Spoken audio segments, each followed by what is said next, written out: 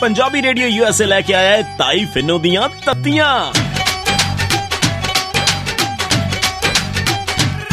जदों तत्तियां सुनाइयां नी बड़ा दुख लग्या, बड़ा दुख लग्या। भाई मैं तो सच्ची गल करदी आ, बुरी तो आपे लग जांदी आ। जदों तत्तियां सुनाइयां नी बड़ा दुख लग्या, बड़ा दुख लग्या।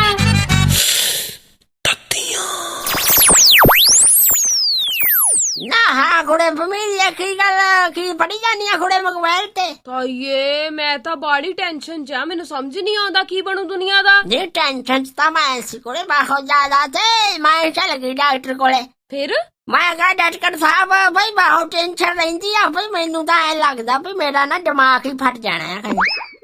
ताइये फिर डॉक्टर की कहंदा? नी मैनू डॉक्टर कहंदा भाई तू ना बादाम दियां गिरियां खाया कर। अरे तेनू पता ना बादाम दियां गिरियां खादियां की होगा। ताइये फिर तू की क्या? मैं क्या गिरियां खादियां मुक जानियां, होर की होगा। ताइये गिरियां खादियां मुक्कण गियां नहीं, गिरियां खाना तेरा दिमाग तेज होऊगा। नहीं आही से आपा दा जदों होऊगा उदों होऊगा, हुण तां इहो जिहे जवाब भी आउंदे आ मैनू। ताइये तू ओ गल्लां छड्ड, मेरी टेंशन बारे तो सुन। ना कादी टेंशन कुड़े। ताइये तेनू पता कि धरती असल च किवें दी आ? ना किदां दी कादी, तेरे सामने तो हैगी आ, गोड़े गोड़े घट्टा मिट्टी आ, होर की धरती नू।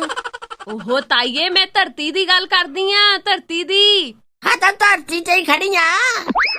ताइये धरती देखण नू बाहरों किवें दी आ? नहीं देखण नू बस मिट्टी है, हो परे खुरली वाल गोहा कुड़े।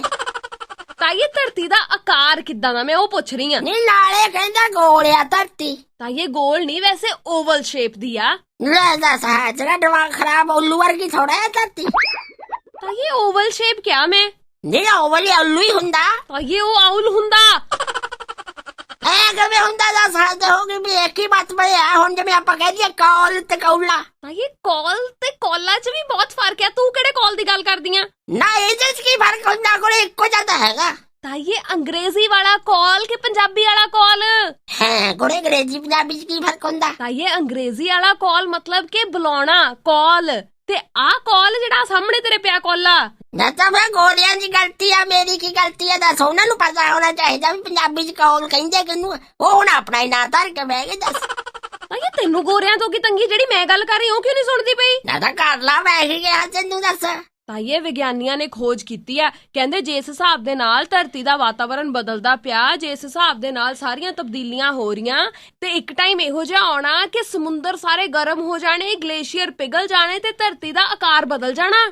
ये बाजिया गल ना करे जे समुंदर गर्म हो जान तां। ताइये समुंदर गर्म होना की वधिया गल है? ना करे समुंदर गर्म होण दा किन्ना फायदा करे, गैस बाजिया करदियां भई हुण आपां मच्छी दस कच्ची लियाउने फिर भुजी मिलिया करूगी।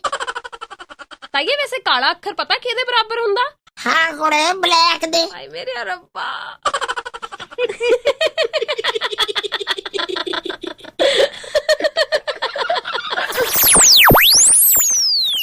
भाई मैं तो सच्ची गल करदी आ, बुरी तो आपे लग जांदी आ। जदों तत्तियां सुनाइयां नी बड़ा दुख लग्या, बड़ा दुख लग्या।